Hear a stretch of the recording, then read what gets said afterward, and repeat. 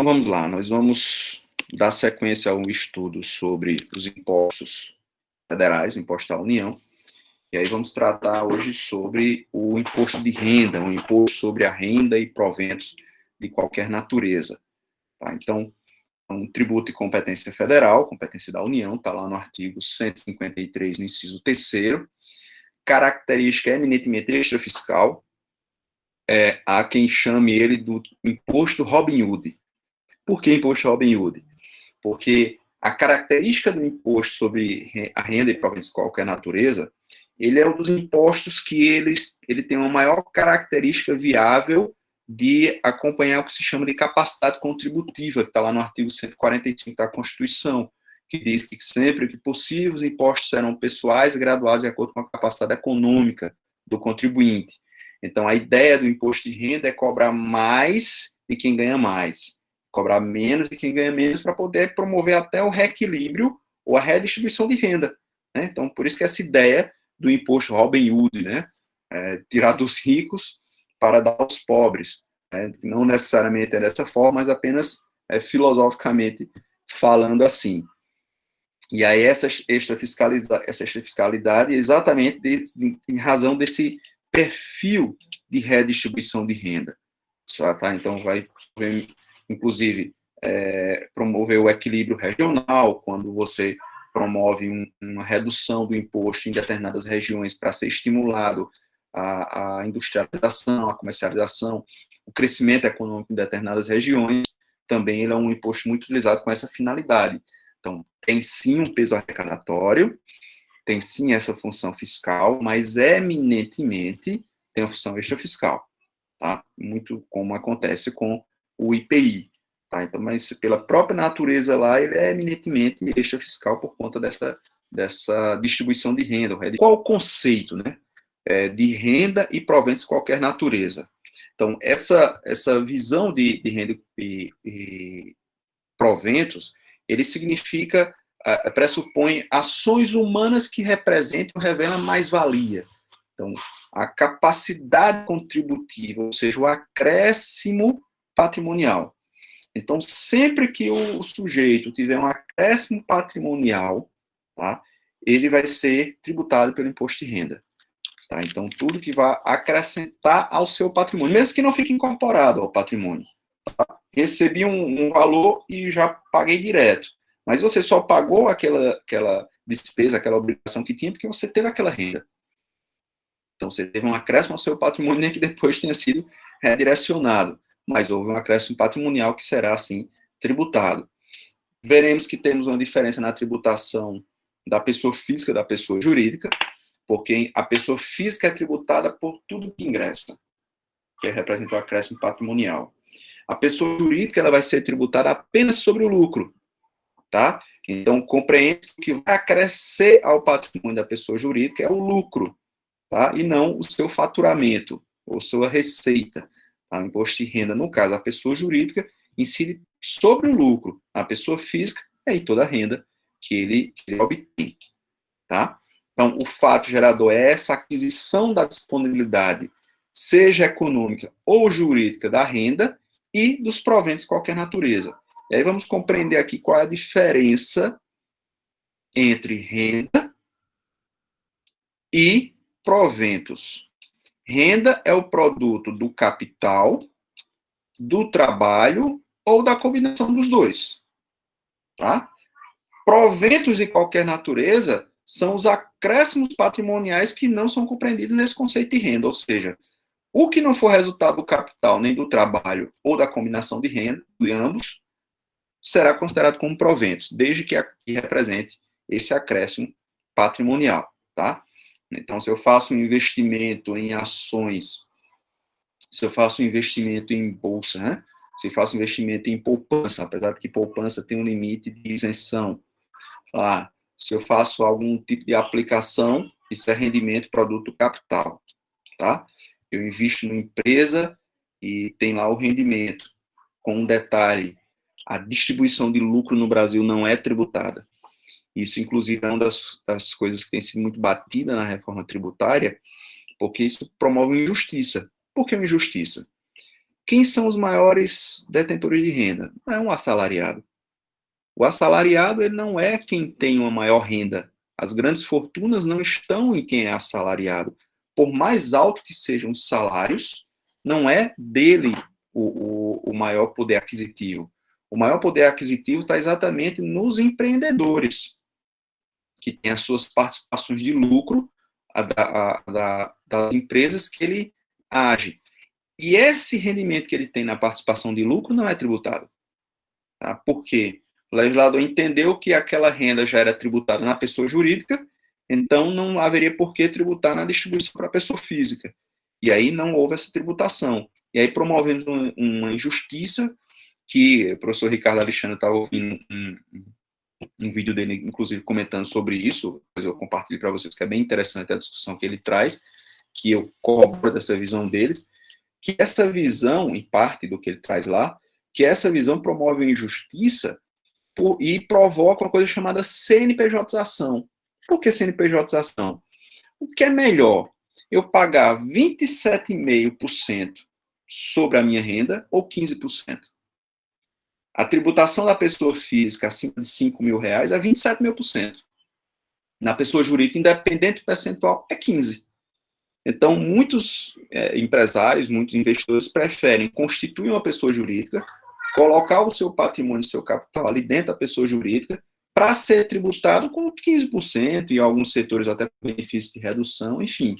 E aí, quando distribuir o resultado do lucro, tirar as despesas, e o lucro for distribuído para o titular, não vai pagar mais nada de imposto de renda. Se ele mantivesse isso no patrimônio pessoal, explorando o patrimônio pessoal, pessoa física, ele seria tributado a 27,5%. Então, acaba provocando isso de CNPJização. Tem crescido muito, por exemplo, a constituição de holdings patrimoniais.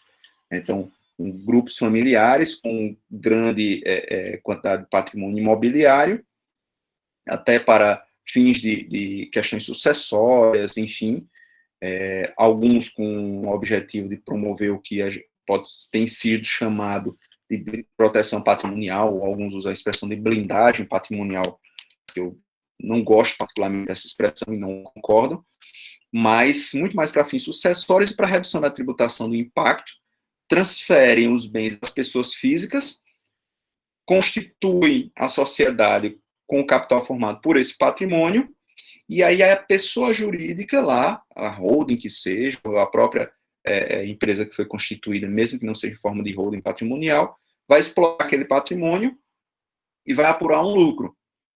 Vai ser tributado a 15% sobre o lucro, e aí depois esse lucro é distribuído entre os sócios, entre os titulares dessa pessoa jurídica.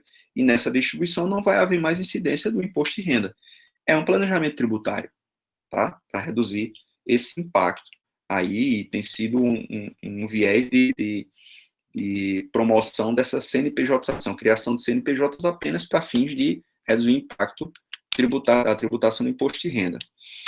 Quando a lei fala em disponibilidade econômica e disponibilidade jurídica, vale a pena a gente fazer essa distinção. Professor, oi, pois não. Foi o caso que Bolsonaro falou dos jornalistas da Globo, né? Eles passaram tudo para CNPJ para poder não pagar para o pessoal físico o imposto de renda. Exatamente, Antônio. Foi exatamente o que eles fizeram. Aí tem dois fatores aí, sabe? Porque os próprios empregadores, eles provocaram que muitas empresas, principalmente com essa questão da mudança da lei de terceirização, que permitiu a terceirização da atividade fim, para o empregador é até melhor, porque o impacto sobre folha reduz a zero. Então, manda que os seus funcionários registrem e constituam um CNPJ, reduz o impacto para o empregador, porque não vai ter que pagar férias, 13º, nada disso, porque não tem uma relação de emprego. E para o ex-empregado agora contratado, né, o trabalhador, acaba sendo positivo na tributação do imposto de renda. Porque ao invés de ser tributado em 27,5%, faz essa regra de tributação da pessoa jurídica. E aí provoca essa CNPJização. Tá?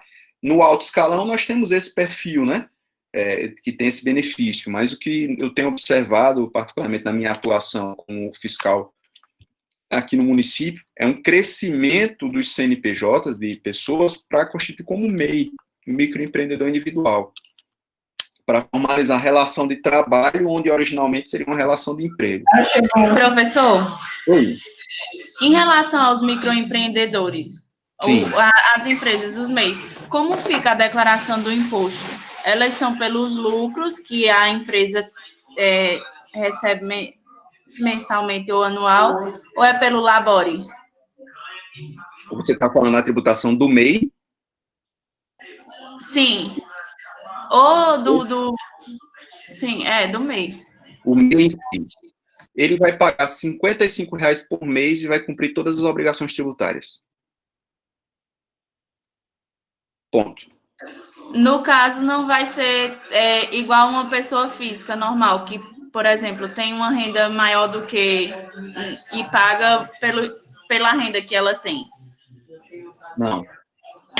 O MEI, ele pode faturar até 81 mil por ano, certo? É o limite para ser MEI. Ele vai emitir as notas fiscais.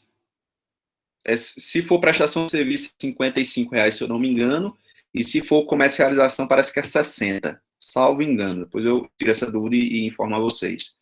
Paga aquele valor, ali ele vai estar pagando imposto de renda, todos os outros tributos, as contribuições, tudo, e contribuindo para o INSS, para a Previdência. Paga o INSS, que conta com serviço, paga o INSS, que for comércio, e cumpre tudo. E aí não vai ser tributado a mais pelo imposto de renda da pessoa física, não. E no caso, se essa renda ultrapassar, tem como declarar também ou não? Como assim, ultrapassar? Se no final do ano ultrapassar os 81 mil, tem como fazer a declaração e pagar um valor a mais? Não, aí o que é que vai acontecer? Aí ele vai estar entrando na regra da tributação da pessoa jurídica, certo?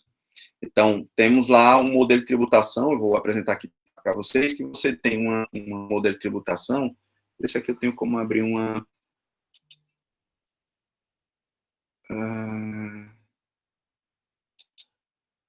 não é isso aqui que eu quero, não.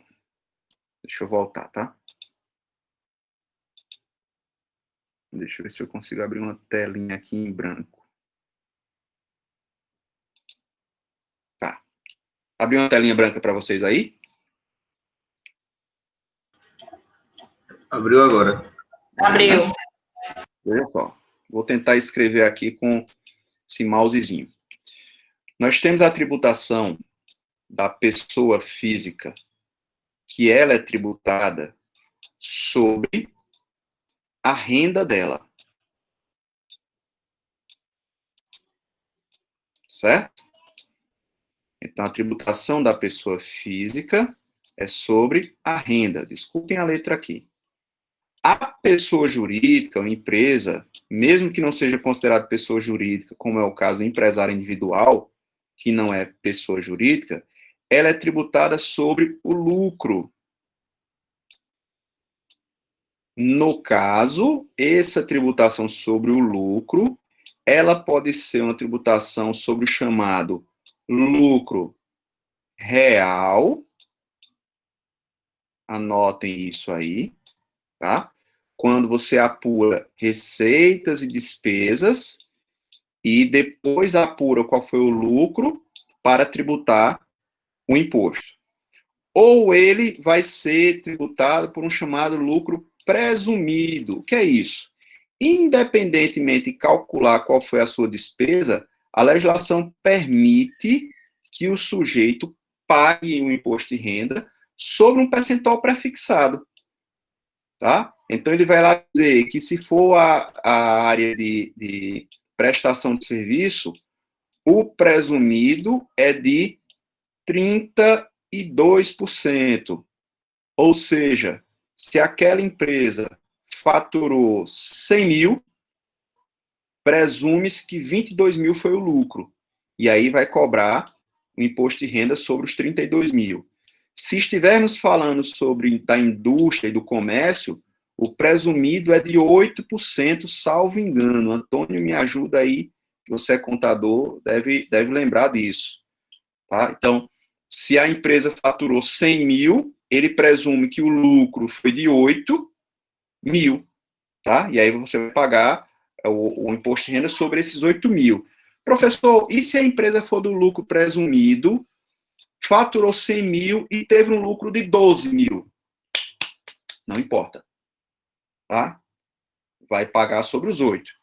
Mas, professor, e se ela tiver tido um lucro apenas de 5 mil? Não importa, vai pagar sobre 8. Porque é um valor pré-fixado. E é uma opção que ele faz anualmente. Tá? Se no exercício financeiro seguinte ele vê que vai manter o comportamento e um percentual de lucro menor que 8%, então é melhor ele migrar para o lucro real. Porque aí no lucro real ele vai poder deduzir todas as despesas e pagar pelo lucro efetivo, o lucro real que ele teve. Se ele verificar que é muito variável isso, que na maioria dos meses a margem de lucro dele está sendo maior do que essa margem pré-fixada pela legislação, que é de 32% e 8%, dependendo se for indústria ou comércio ou prestação de serviço, aí ele fica no lucro presumido. Tá? E tem uma terceira modalidade ainda aqui, que é o chamado de lucro arbitrado, que isso aqui ele só se aplica no caso de não ser considerado os valores declarados, as informações contábeis, e aí a fiscalização vai arbitrar um lucro, ou seja, ele vai fixar um lucro, já que não teve como apurar o lucro real, ou não mereceu confiança às documentações contábeis que ele tenha. Então, o que é que ele vai fazer? O que é que a legislação diz com o lucro arbitrado? O lucro arbitrado vai ser o presumido mais 20%. Então, por exemplo, se ele teve 100 mil de faturamento e a documentação contábil não merece crédito, não merece confiança, e aí vai ser necessário fazer um arbitramento do lucro. Então, o que é que vai acontecer? Ele vai ser cobrado em, por exemplo, 52% se for prestação de serviço, ou sobre 28% se for indústria e comércio, porque vai ser arbitrado o lucro para ele, ok? Essa é a modalidade da pessoa jurídica sobre o lucro. Porém, existe uma modalidade, que é do chamado Simples Nacional, que ele não é cobrado sobre o lucro. No Simples Nacional, ele é cobrado sobre a receita. Tá? É um sistema de tributação diferenciado que ele vai ser cobrado sobre a receita. Certo? Então, tudo que ele receber, vamos lá, faturou, teve de receita 100 mil reais, vai incidir o percentual sobre esses 100 mil reais. Só que o percentual é menor do que o percentual da tributação sobre o lucro. Aqui, nós temos um percentual de 15% na tributação sobre o lucro. Certo? A alíquota é de 15%. E no caso do Simples, nós temos uma alíquota variável. Tem várias tabelas que, dependendo da tabela, nós vamos ter aqui a alíquota variando aí de, acho que de 4%, se eu não me engano, não recordo agora especificamente, até 16,5% no máximo. Tá? A tributação sobre a receita. Então, isso acontece Simples Nacional, com variação de alíquota, elas reduzidas. E tem, no caso do MEI, que o MEI ele vai pagar sobre um valor fixo. Tá? Então, vai ser não um percentual sobre a receita, mas o MEI ele vai pagar um valor fixo, não só deixa eu colocar aqui, receita bruta, não só o imposto de renda, mas todos os tributos federais, estaduais e municipais. Tá? Então, ele vai pagar um valor fixo, que aí vai ser, salvo engano, R$ 55 para prestação de serviço e R$ 60 se for comércio. Tá? Então, teremos esse modelo aí na tributação que vai diferenciar. Certo? Essa é a diferença da tributação da pessoa jurídica e a tributação da pessoa física hoje que nós temos no Brasil, para fins de imposto de renda, tributação federal. No Simples, quando eu falo que vai ser 16%, 12%, vai depender da tabela que nós temos lá no Simples Nacional. Eu acho que eu tenho aqui nos slides alguma dessas tabelas para mostrar a vocês. Quando eu digo 16%, você fala, professor, então é melhor ir aqui para a tributação da pessoa jurídica. Depende. Porque quando eu digo que ele vai ser tributado sobre a receita bruta e vai pagar esse percentual na tabela, ele não vai estar pagando apenas o imposto de renda, tá? Ele vai estar pagando aqui todos os tributos que são devidos. Federais, estaduais, municipais, dependendo da natureza da atividade, inclusive a contribuição previdenciária sobre a folha, tá? Então, ele tem que apurar qual é o mais viável. Aí cabe à contabilidade fazer esse cálculo aí, fazer essa apuração para saber se é mais viável manter-se no Simples Nacional com a tributação sobre a receita ou ir para a tributação fora do Simples Nacional para ser tributado pelo lucro.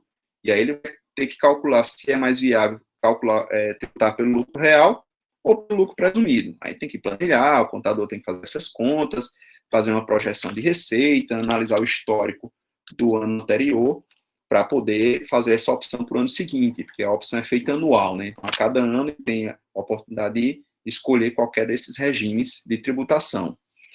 Apurou o faturamento, apurou o lucro, tal, foi tributado, houve lucro, distribuiu para a pessoa física não precisa pagar mais imposto de renda sobre esse lucro, porque já foi tributado lá na pessoa jurídica.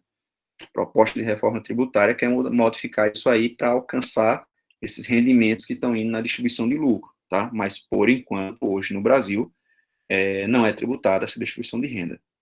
Ficou claro para vocês isso aí? Sim, professor, ficou sim, obrigada. Maravilha. Eu dei um print dessa tela aqui, depois eu mando para vocês aí no grupo. É interessante se vocês quiserem dar um print também, que fique essa informação. Anotem aí para vocês, né? Que eu acho que vocês anotaram a letra, vai ficar até melhor do que ficou aqui. Mas vamos lá. Então, quem é o contribuinte do imposto? Deixa eu só voltar antes aqui para o fato gerador, onde nós paramos. Qual a diferença de disponibilidade econômica e disponibilidade jurídica?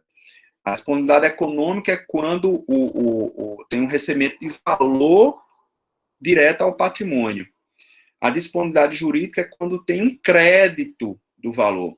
Então, ele tem juridicamente, ele dispõe juridicamente daquele valor, daquele crédito, é titular, mas não está em sua posse ainda, tem apenas o que chama de disponibilidade jurídica. Juridicamente é dele. Então, se há uma disponibilidade jurídica do crédito, então a ele pertence, se essa disponibilidade jurídica corresponder a um acréscimo patrimonial, essa renda será tributável, tá? E esse é um acompanhamento ao longo de períodos. Pessoa jurídica no lucro real é tributada trimestralmente, no lucro presumido mensal. Pessoa física ela faz a apuração na média do ano, tá? E todos, na verdade, vão fazer a apuração, apesar de pagar os que pagam no lucro real trimestralmente, ele é feito a apuração do lucro no resultado do exercício financeiro, tá? Que é ao longo do exercício financeiro, ao longo do ano. Então, ao final do exercício financeiro, se num mês deu lucro, outro deu prejuízo, deu a diferença, fechou o ano, e na apuração do resultado, que Antônio vai recordar aqui, tem um livro de apuração de lucro real, né, que se utilizava na contabilidade chamado LALU. Então, fazia-se a operação disso no balanço patrimonial, apurava o lucro. Deu lucro, tributa imposto de renda. Deu prejuízo, não paga imposto de renda, e aí o que ficou de prejuízo fica como crédito para o ano seguinte. Então, ele vai começar com o ano seguinte já como crédito do prejuízo do ano anterior. Existe uma travazinha de 30%, está estabelecida na legislação do imposto de renda. Eu só posso deduzir 30% em cada exercício financeiro, tá?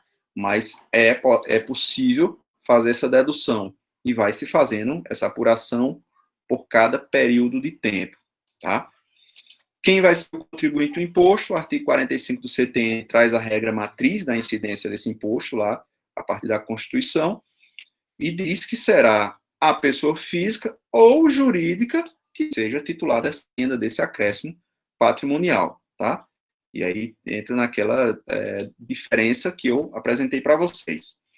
Na pessoa física, e em muitos casos também na pessoa jurídica, existe a possibilidade, e tem muita norma nesse sentido, atribuindo a responsabilidade pelo pagamento do imposto não ao contribuinte, mas a um terceiro, que seria a fonte pagadora da renda. Então, muitas situações há o que se chama de retenção e recolhimento do imposto pelo responsável tributário, normalmente pela fonte pagadora, que seria o tomador do serviço, contratante da pessoa física, um empregador, ou o contratante do fornecimento de produto, ele fica como responsável, já que ele vai pagar aquele rendimento.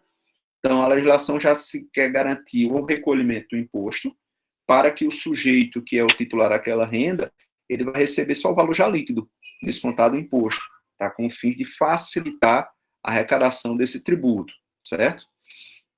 E aí, eu chamo a atenção para vocês a 3 princípios que são específicos do imposto de renda. Tá? Temos os princípios gerais, direito tributário, legalidade, anterioridade, isonomia, retroatividade, tal e tal, mas existem 3 princípios específicos do imposto de renda, que o artigo 153, parágrafo 2º, ele vai chamar cadê como é a expressão que ele utiliza? Para ser fiel ao texto, artigo 153, parágrafo 3º, parágrafo 2º, perdão, inciso 1, ele diz assim, ó, o imposto previsto no inciso 3, que é o imposto de renda de qualquer natureza, será informado pelos critérios da generalidade, universalidade e progressividade. A Constituição chama aqui de critérios, mas são verdadeiros princípios dirigentes para o imposto de renda, direcionadores para o imposto de renda. Ou seja, ele será o geral universal, porque vai atingir todas as pessoas e a universalidade dos rendimentos. Então, geral, atingir todas as pessoas, e universal, a universalidade do rendimento. E será progressivo, em razão e reflexo ao princípio da capacidade contributiva. Então, terá alíquotas mais gravosas sobre as rendas mais elevadas, tá? Então, são 3 princípios específicos do imposto de renda: generalidade, universalidade e progressividade, ok? Para exemplificar a progressividade, eu trago aqui para vocês a tabela do imposto sobre renda do exercício financeiro passado, em que estabelecia diferenças de alíquota. Olha, veja que temos alíquotas de 7,5%, 15%, 22,5% e 27,5%, de acordo com a renda. Então, um rendimento até 1903 tem alíquota zero, está isento, não é nem alíquota zero, está isento do imposto de renda. Então, se a pessoa física oferir no exercício financeiro um rendimento médio de R$ 1.903,98, vai ser isento do imposto. Se ele obteve um rendimento acima de R$ 1.903,99 até R$ 2.826, paga sobre esse rendimento 7,5%. Se ele teve um rendimento acima de 2.826, então o que superar os 2.826 paga 15%. Se ele teve uma renda acima de 3.700, o que superar esses 3.751 paga 22,5%. E o que superar os 4.664 paga 27,5%. Aí deixa eu explicar como é que acontece isso aqui e dou até uma sugestão para vocês fazerem essa pesquisa, essa verificação. No site da Receita tem um simulador de imposto de renda. Simulador de alíquota efetiva do imposto de renda. Você coloca uma renda, coloca o que você tem direito a deduzir, seu imposto de renda em razão da princípio da capacidade contributiva, despesa com educação, com dependentes, com saúde e tal, coloca lá os montantes. Vocês vão verificar que, por exemplo, se você teve uma renda mensal de R$10.000, não significa dizer que você vai pagar 27,5% sobre esses R$10.000, tá? Porque a regra é que cada faixa de renda vai ser tributado com uma alíquota específica. Ou seja, dos 10.000, o que até 1903 está isento. Ou seja, você já não vai pagar imposto de renda sobre 1903. Então, tiraríamos aqui dos 10.000 menos 1903. Opa, 4.903,98, então você só vai ser tributado sobre 8.096, porque a faixa até 1.903 está isenta, isso é para todo mundo. Entre 1.903 e 2.000, paga 7,5. Entre 2.826 e 3.700, então, cada faixa dessa aplica esse percentual. Só o que supera o teto, que seria 4.664 aqui nesse exercício financeiro, é que paga 27.000%. Tá? Então, o cálculo, né, calcular 27.000% sobre 10.000, tem que fazer essa gradação de alíquota. Existem alguns defensores de criação de uma alíquota maior para quem tiver um rendimento acima de 50 mil reais. Então, criar uma alíquota de 35% para poder atingir os que ganham mais, porque tanto faz eu ganhar 10 mil, 30 mil, 50 mil, 100 mil, que eu vou pagar os mesmos 27.000%. Então, proporcionalmente, estarei pagando mais. Tá?